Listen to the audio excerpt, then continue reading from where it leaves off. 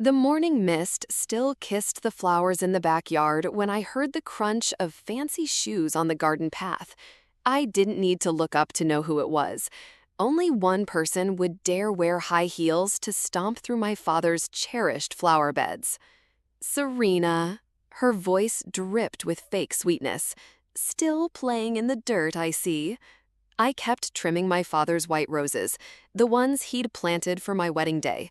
That wedding had ended in divorce papers, and my ex-husband, Brad, ran off with the woman now standing behind me. Hello, Joy.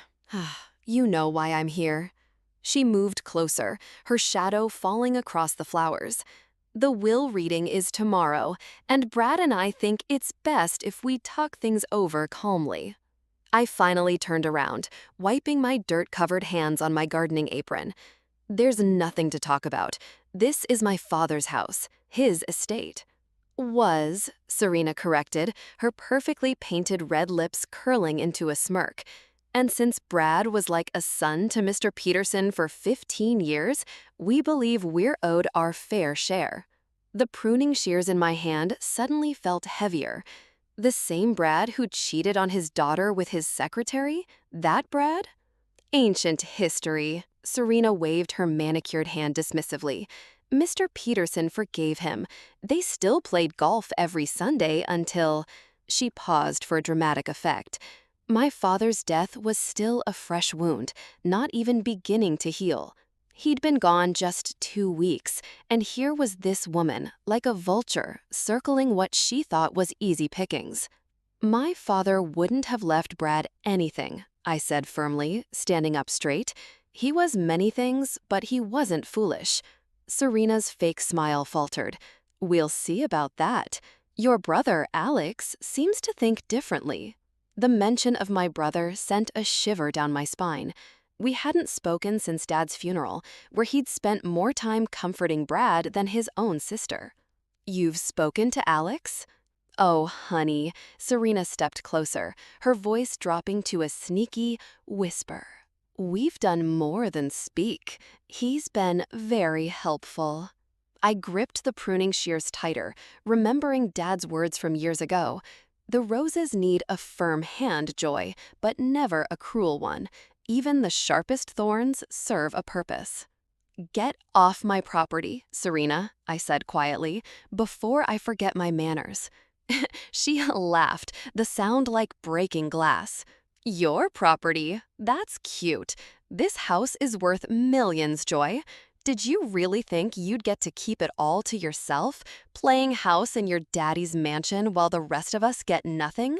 My father built this house brick by brick, I said, my voice steady despite the rage building inside me. He planted every tree, designed every room. This isn't about money. This is about legacy. Legacy? Serena snorted. Wake up, Joy. Everything is about money. And tomorrow, when that will is read, you're going to learn that the hard way. She turned to leave, but paused at the garden gate. Oh, and you might want to start packing. Brad and I will need at least a month to renovate before we move in. As her heels clicked down the path, I looked down at the roses, their white petals now spotted with dirt where my trembling hands had crushed them. Dad had always said white roses meant new beginnings, but all I could see was red. I pulled out my phone and dialed the one person I knew would understand. Sarah, it's me. Serena just paid me a visit.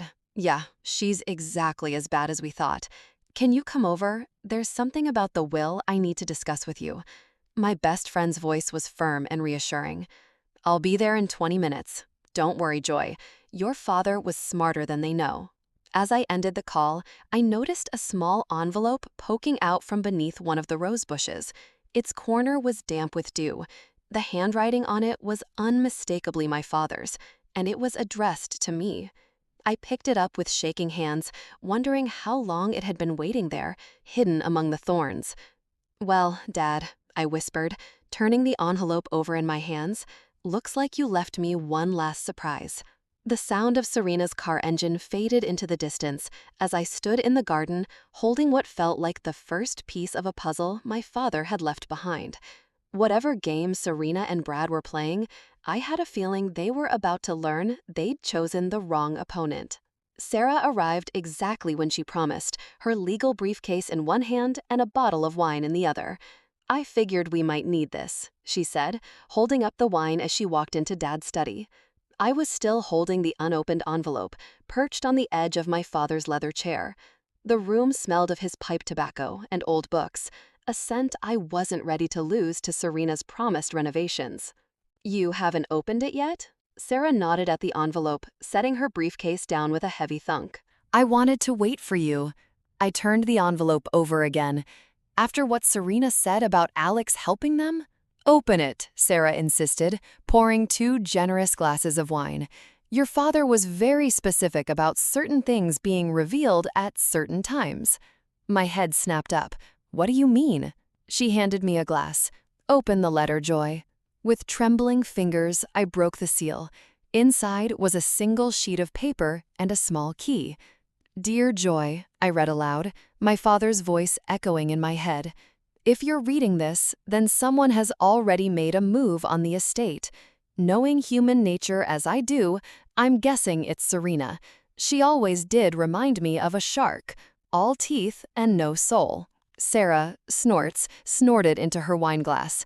"The key enclosed opens the bottom drawer of my desk. Inside, you'll find everything you need to protect what's yours. Remember what I taught you about chess. Sometimes you have to sacrifice a pawn to protect the queen. Love, Dad." I looked up at Sarah, who was already moving toward the desk. "You knew about this?"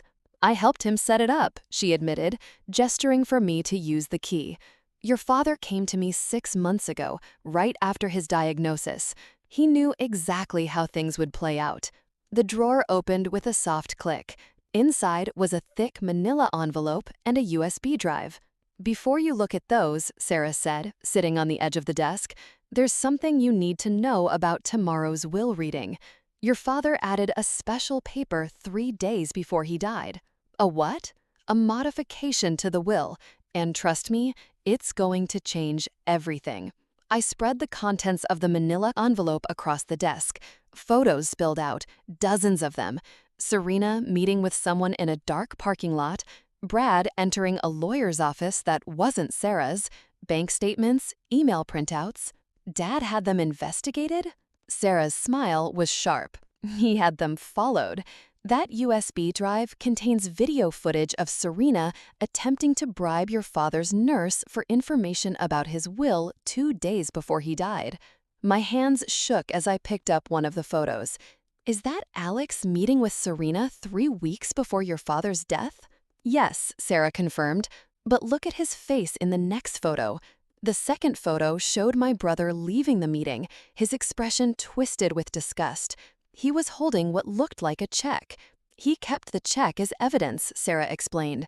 "Brought it straight to your father. That's when Mr. Peterson knew he had to act fast." "But Serena said Alex was helping them." "Your brother's been playing a dangerous game, Joy," Sarah said, "feeding them just enough information to keep them confident, all while helping your father gather evidence of their conspiracy." I sank back into the chair, my mind spinning. Why didn't he tell me? Because Serena needed to show her hand first. Sarah pulled out some papers from her briefcase. "Tomorrow, when I read the will, Serena and Brad are going to think they've won. The first reading will grant them a big part of the estate." "What?"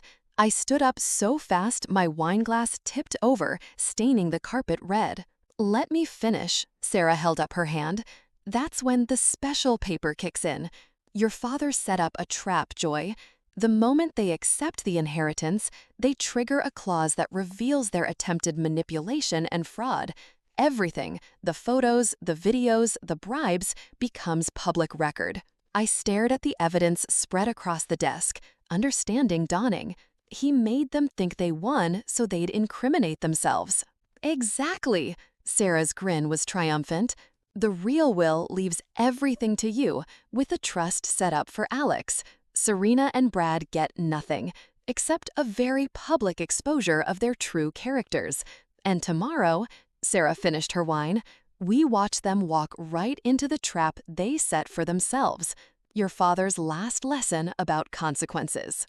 I picked up his letter again, running my fingers over his familiar handwriting. Even from beyond the grave, he was protecting me, teaching me, helping me fight back. "One more thing," Sarah said softly.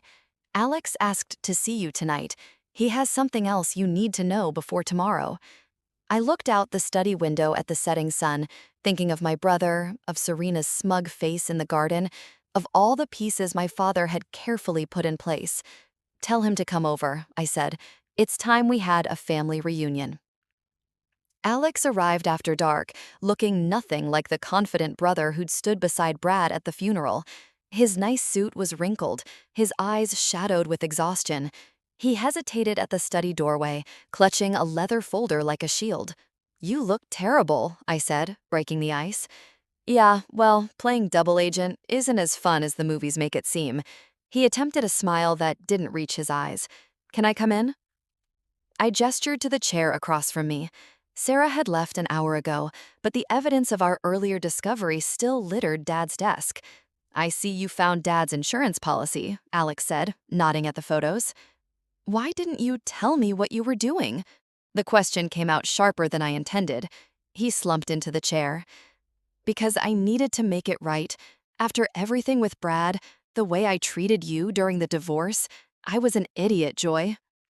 "You were my brother," I corrected. "You were supposed to be on my side." "I know." He opened the folder and pulled out a check.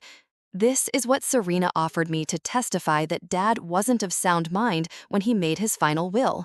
$500,000 to betray my own sister." I stared at the check, then at my brother. "But you didn't cash it." "No, I took it straight to Dad." Alex's voice cracked. "You should have seen his face, Joy. Not angry, just disappointed. That's when he told me about his plan." The old clock in the hall chimed 9 times, each dong echoing through the quiet room. "There's more," Alex continued, pulling out a phone. "I recorded everything. Every meeting, every offer, every threat. Serena, she's been planning this for months, even before Dad got sick." He pressed play. Serena's voice filled the room. "Once the old man kicks it, we'll fight the will with your testimony about his mental state and Brad's long relationship with him. We'll get everything. That Joy won't know what hit her." My hands clenched into fists. When was this? 2 months ago. But wait, there's worse. He fast-forwarded the recording. Brad's voice now. "We'll sell the house, get rid of everything. Joy can go back to her little apartment and her pathetic gardening business. She never deserved any of this anyway." "Turn it off," I whispered. Alex complied, then pulled out one final document. "This is why I came tonight. Serena didn't just want the money, Joy. She wanted revenge on you." "Revenge for what?" "For making Brad feel guilty, for making him pay alimony, for—" he paused, "for making him look bad when you caught them together." The memory hit me like a physical blow. Walking into my own bedroom, finding them there, Serena's triumphant smile as my marriage crumbled. "She was his secretary for 3 years," Alex continued. "She planned everything, worked her way into his life, into Dad's social circle. This document proves she started stealing from Dad's company 6 months before you caught them." "Dad knew about this?" "Found out right before his diagnosis. He was building a case against her, but the cancer—" Alex's voice trailed off. "That's when he started planning this instead. Said sometimes justice needs a different path." "The special paper," I murmured. "Yeah, tomorrow's going to be brutal, Joy. They think they've got it all figured out. Serena's even hired a camera crew to record the historic moment when they take over the estate." Despite everything, I laughed. She hired cameras to record her own downfall? Dad would have appreciated the irony. Alex smiled, a real one this time. "Listen, I know I can't fix the past 3 years with one night of revelations, but I want you to know I'm here now. Whatever happens tomorrow, I've got your back." I stood up and walked to the window, looking out at Dad's garden, silvered by moonlight. Remember when we were kids and Dad caught us fighting over that toy car, the red sports car? Alex joined me at the window. He made us wash every window in the house, said we needed to learn to see things clearly. I turned to face my brother. I see clearly now, Alex. I see what Dad was trying to teach us, even at the end. He nodded, understanding in his eyes that sometimes the biggest victory isn't in winning, it's in letting your enemies defeat themselves, I finished. The old clock chimed quarter past, reminding us that tomorrow was getting closer with each tick. You should get some rest, Alex said, gathering his evidence. Tomorrow's going to be one hell of a show. As I watched him leave, I touched the window pane, cool and solid under my fingers. Dad had always loved these windows, said they were the eyes of the house, watching over his family. Tomorrow, they would witness justice served exactly the way he had planned it. The morning of the will reading dawned bright and clear. I was in Dad's study again, this time watching Sarah arrange papers on the massive oak desk while camera equipment was set up around the room. Serena's camera crew is here, Alex announced, slipping through the door. You should see her out there practicing her gracious acceptance speech. Everything ready? I asked Sarah. She patted her briefcase. All set. The special paper is sealed in this envelope, along with copies of all the evidence. Once they accept the first terms, a commotion in the hallway cut her off. Serena's voice carried through the door, high and excited. This is where we'll put the new chandelier. The old one is so dated. Places, everyone, Sarah muttered, straightening her suit jacket. Let the show begin. Serena swept in first, wearing a black dress that probably cost more than most people's monthly salary. Brad followed, looking uncomfortable in his tailored suit. The camera crew trailed behind them, adjusting lights and checking angles. Joy, Brad nodded stiffly. It was the first time he'd spoken to me directly since the divorce. Let's begin, Sarah announced, taking her place behind Dad's desk. As Mr. Peterson's attorney, I'll be reading his last will and testament, along with any additional documents he prepared before his passing. Serena practically bounced in her seat. We're ready. The first reading went exactly as Sarah had warned me. Dad's estate, including the house and company shares, was to be divided. 60% to me, 40% to Brad and Serena. I knew it, Serena squealed, grabbing Brad's arm. Mr. Peterson loved us too much to leave us out. However, Sarah continued, her voice cutting through Serena's celebration, there is a special paper added to the will 3 days before Mr. Peterson's death. Serena's smile faltered. A what? A modification, Brad explained, suddenly looking nervous. What kind of modification? Sarah broke the seal on the envelope. The acceptance of any inheritance under this will is dependent upon a full investigation into certain financial problems discovered in the months preceding Mr. Peterson's death. The room went silent. Even the cameras seemed to hold their breath. What irregularities? Serena's voice had lost its triumphant edge. Perhaps these will explain, Sarah said, sliding the photos across the desk. Or this USB drive containing footage of attempted bribery, or these bank statements showing systematic stealing from Peterson Industries. Brad grabbed one of the photos, his face draining of color. Where did you get these? Dad had quite the collection of evidence, Alex spoke up from his corner, including recordings of you both planning to fight the will based on false testimony about his mental state. Serena stood up so fast her chair toppled backward. Turn those cameras off now. Oh no, I said, standing to face her. The cameras stay. You wanted to document this historic moment, remember? You can't do this, she hissed. Brad, tell them they can't do this. But Brad was still staring at the photos, particularly one showing him entering a competitor's office with secret company documents. The special paper is quite clear, Sarah continued, professional as ever. Any attempt to claim an inheritance automatically triggers the release of all this evidence to the proper authorities.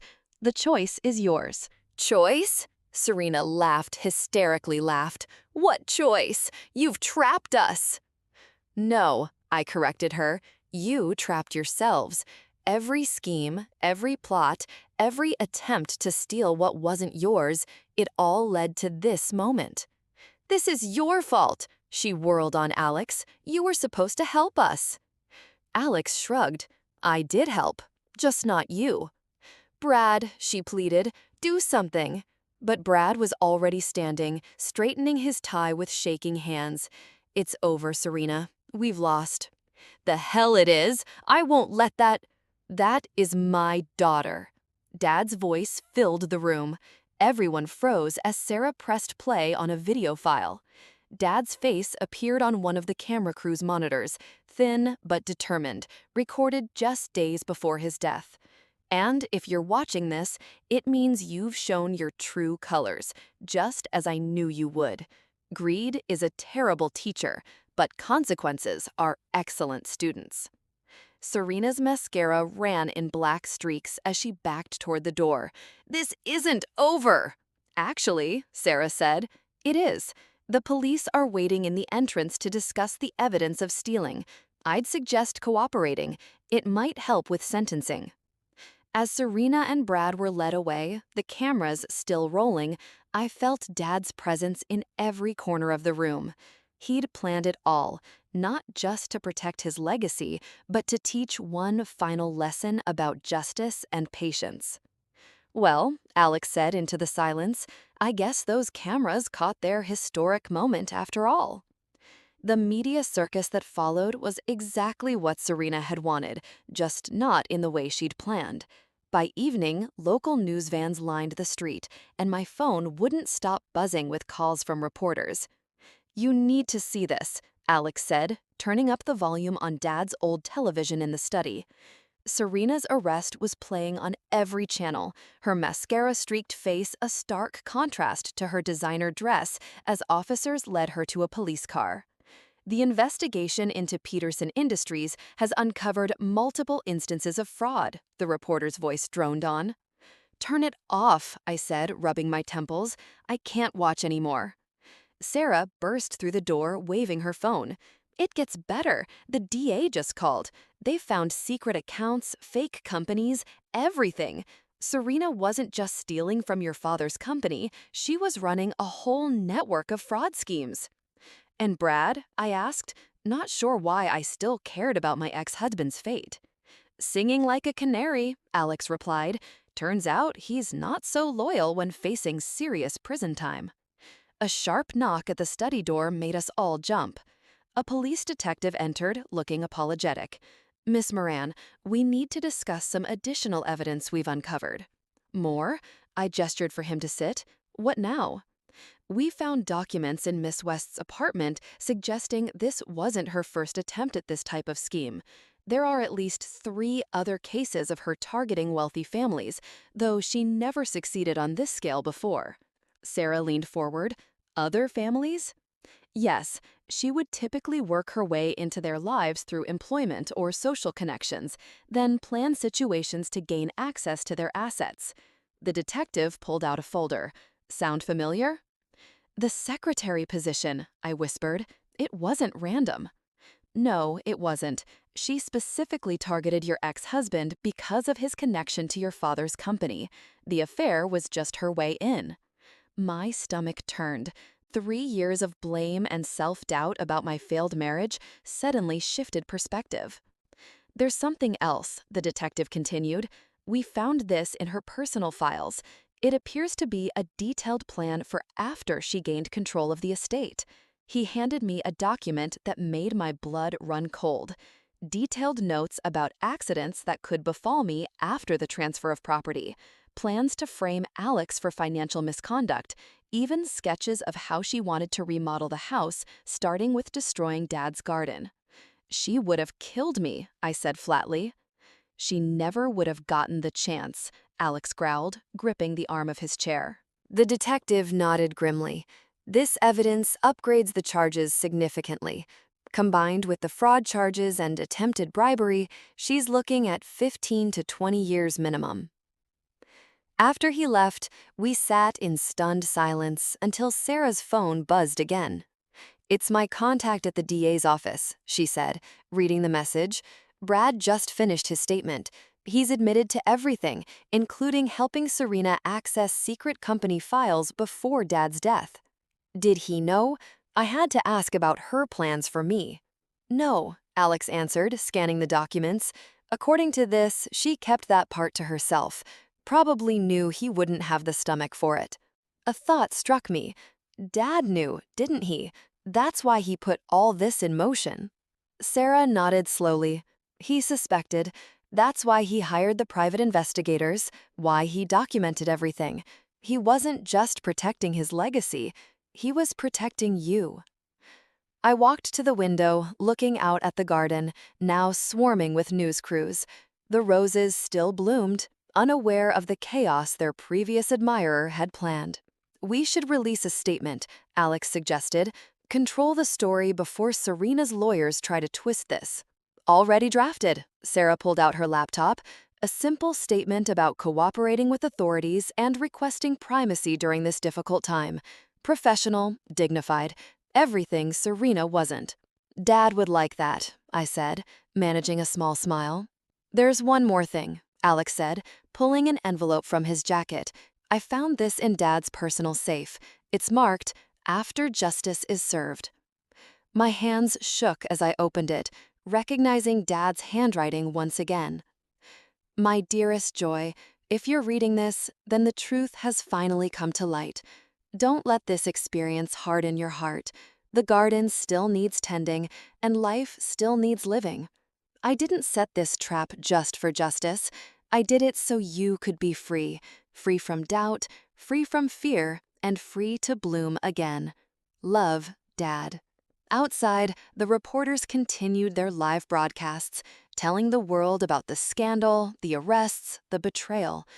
But inside the study, surrounded by the evidence of my father's love and foresight, I finally felt something I hadn't experienced since finding Brad with Serena 3 years ago. Peace. So, Alex said, breaking the silence, what now? I looked at the roses outside, then at my brother and best friend. Now, we rebuild. Together. The first court hearing came faster than any of us expected. 1 month after the will reading, I found myself sitting in a courtroom, watching Serena and Brad being led in, wearing orange jumpsuits, a far cry from their designer clothes. All rise, the bailiff called out. Sarah squeezed my hand as we stood. She'd insisted on being both my lawyer and moral support, saying some moments required both legal expertise and friendship. You don't have to speak today, she whispered. The evidence speaks for itself. But I knew I had to. Dad's last letter had said not to let this harden my heart, and staying silent felt too much like fear. Serena's eyes locked onto mine as she passed our bench. The hatred in them was clear, but something else flickered there too. Desperation. Her lawyer had been trying to negotiate a plea deal, but the prosecutor wasn't budging, not with the mountain of evidence against her. Brad just stared at his hands, shoulders slumped in defeat. The state calls Joy Moran to the stand. Walking to the witness box felt like crossing an ocean. I could feel everyone's eyes on me, the journalists scribbling in their notebooks, the jury leaning forward in anticipation, Serena's gaze burning into my back. Please state your name for the record. Joy Moran. Can you tell us about your relationship with the defendants? I took a deep breath, looking straight at Serena. Brad was my husband for 15 years. Serena was his secretary and the woman he had an affair with. And after your divorce, they married 6 months later. Then they started visiting my father, building a relationship with him while he was sick. Objection, Serena's lawyer stood. Relevance. Goes to motive, Your Honor. Shows the systematic nature of their plan. Overruled. Continue. I described everything. The visits, the manipulation, Serena's threats in the garden, the evidence Dad had collected. With each word, I could see Serena's carefully constructed image crumbling. Miss Moran, the prosecutor held up the documents found in Serena's apartment. When did you become aware of these plans regarding your safety? Objection, Serena's lawyer practically shouted. Those documents are circumstantial, Your Honor. These documents detail specific plans to harm the witness after gaining control of the estate. The judge peered at Serena over his glasses. Overruled. I learned about them after their arrest, I answered, my voice steady. My father suspected something like this might happen. That's why he gathered all the evidence, why he changed his will. He was protecting me, even after he was gone. Serena suddenly stood up, her handcuffs rattling. He was a manipulative old man who couldn't stand to see his precious daughter lose anything. This whole thing is a setup. Miss West, sit down, the judge ordered. You think you've won, Joy? Serena shouted at me. You think this is over? I made your husband leave you once. I destroyed your marriage, and I'll find a way to destroy everything else too. The courtroom erupted in chaos. Officers rushed to restrain Serena as she continued screaming threats. Brad looked like he wanted to sink into the floor. Order! The judge's gavel cracked like thunder. Remove the defendant. As they dragged Serena away, still shouting, I caught Alex's eye in the gallery. He gave me a subtle nod. Everything she just said had been caught on the court record, destroying any chance of sympathy from the jury. The judge called a break, and Sarah hurried me out of the courtroom. In the hallway, reporters clamored for comments, but she expertly steered me past them. Well, she said once we were safely in a private room, I'd say that outburst just sealed their fate. Did you see Brad's face? Alex joined us, closing the door on the media circus outside. He finally saw her for what she really is. I sank into a chair, exhaustion hitting me all at once. Dad knew. He knew exactly how she would react when cornered. Because people like that can't stand losing control, Sarah said, pulling out her phone. The DA is texting me already. They want to move forward with additional charges based on her threats in court. How much time is she looking at now? 25 to 30 years minimum. Brad might get less with his cooperation, but he's still looking at 10 to 15. I thought about Dad's roses, still blooming in the garden he'd loved. He always said, the truth finds its way to the light eventually. Speaking of truth, Alex said, there's something else you need to know about Dad's evidence, something we found in his personal safe this morning. Back in Dad's study, Alex pulled out a weathered leather journal. The police found this when they were doing their final sweep of Serena's apartment. It was hidden in a false bottom of her desk drawer. What is it? I reached for the journal, but Alex held it back. Before you read this, you need to understand. Dad knew about this journal. It's why he was so certain about Serena's intentions. Sarah leaned forward. Is this what I think it is? Her playbook, Alex confirmed. Detailed accounts of every family she's targeted, every scheme she's run, including her original plans for us. He opened the journal to a marked page and began reading. The Moran family presents the perfect opportunity. Wealthy father, strained family relationships, naive daughter who trusts too easily. The husband is the weak link, easily manipulated with flattery and attention. My stomach turned. Stop! You need to hear this, Joy. Alex continued reading. Phase 1 complete. Marriage destroyed. Phase 2, isolate the daughter from her support system. Phase 3, gain the father's trust. Final phase, eliminate all obstacles permanently. That's when Dad confronted her, isn't it? I asked, remembering Dad's sudden insistence on updating his will. Sarah nodded. He showed me this journal 3 months ago. That's when we started building the case against her. But there's more, Alex said, flipping to another section. She wasn't working alone. There's a whole network of people involved in these schemes. Names, dates, bank accounts, everything. A sharp knock interrupted us. The detective from earlier entered, looking grimmer than before. We've been going through Miss West's contacts, he announced. Found something interesting about her past. She's not who she claims to be. He laid out a series of documents on Dad's desk. Birth certificates, passports, driver's licenses, all with different names but the same face. Her real name is Margaret Phillips. She's wanted in 3 states for similar schemes. The FBI has been looking for her for years. Margaret Phillips. The name hit me like a physical blow. The woman who was convicted of killing that businessman in Florida?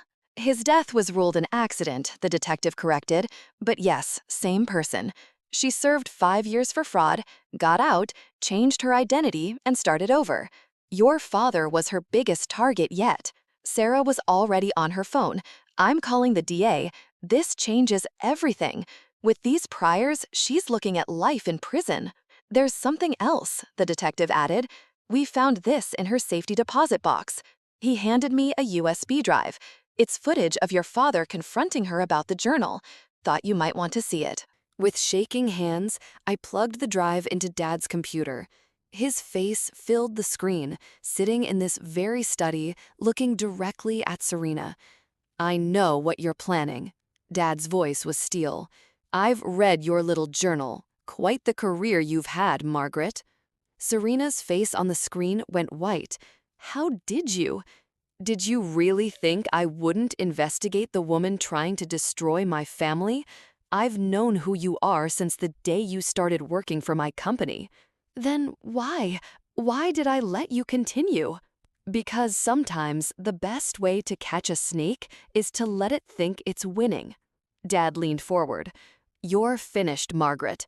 Everything you've done, everyone you've hurt, it ends here. You're dying, Serena, Margaret spat. You can't stop me. Dad's laugh was cold. My dear, I already have. You just don't know it yet. The video ended, leaving us in stunned silence. He knew, I whispered. He knew everything right from the start. And he built an airtight case, Sarah added, one that would protect you and expose her entire network. The detective gathered his documents. The FBI wants to talk to you tomorrow.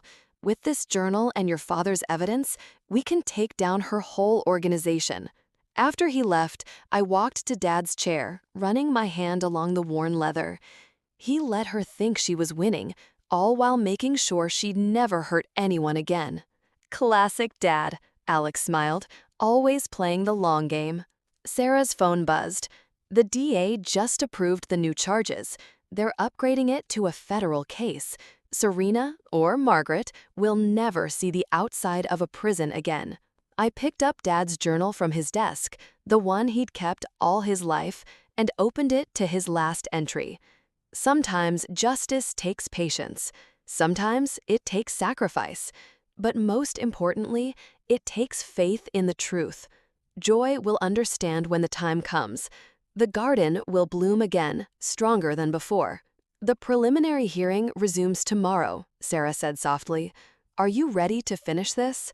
I looked at the evidence spread across the desk, at Dad's journal, at the garden beyond the window where all this began. Yes, I said, it's time to end this. For Dad, for everyone she's ever hurt, and for you, Alex added, mostly for you. The gavel's final crack echoed through the courtroom like thunder.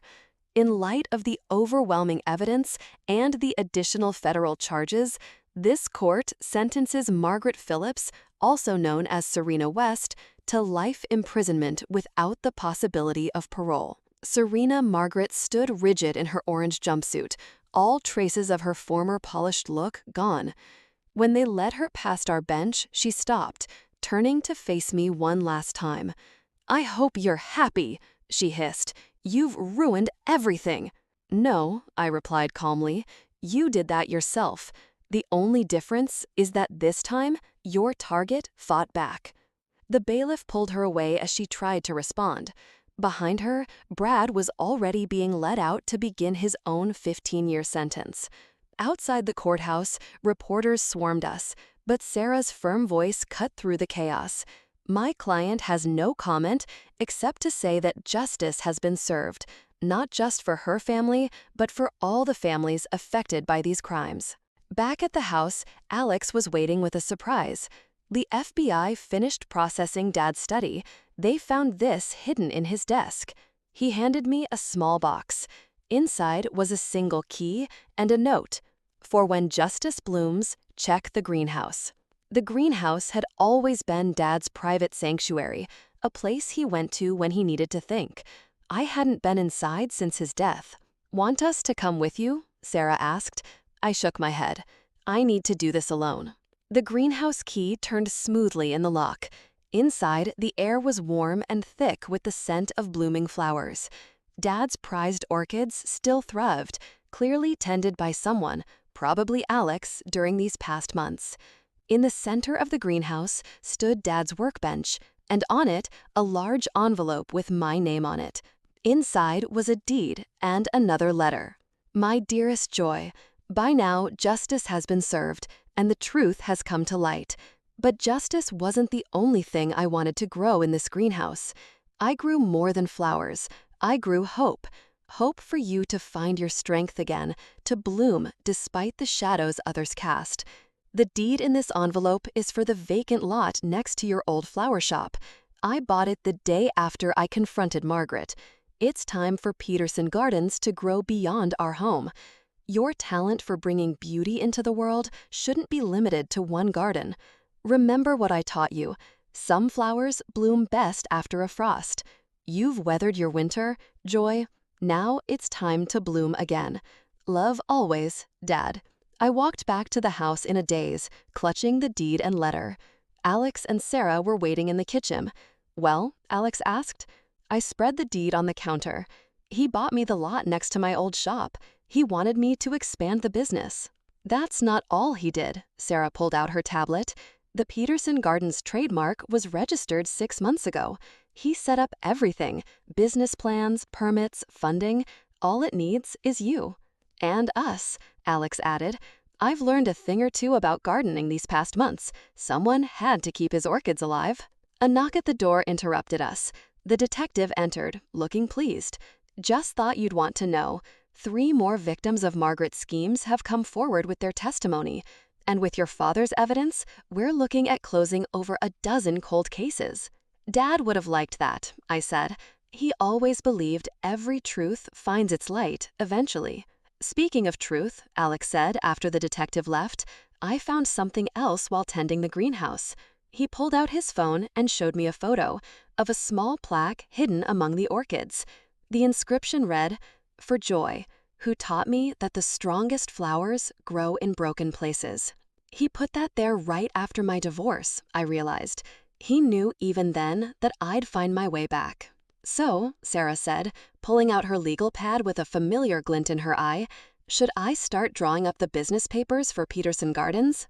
I looked out at Dad's garden, where the roses still bloomed despite everything that had happened. Beyond them, I could see the future he'd planned for me. Not just justice, but growth. Not just survival, but flourishing. Yes, I said, feeling stronger than I had in years. To Dad, Alex raised his coffee mug. To justice, Sarah added, raising hers. I picked up my own mug, thinking of orchids and roses, of truth in time, of endings and beginnings, to blooming again. Through the window, the garden glowed in the afternoon sun, each flower a testament to Dad's belief that beauty can grow even in life's hardest soil. He'd given me more than justice. He'd given me back my future, one bloom at a time.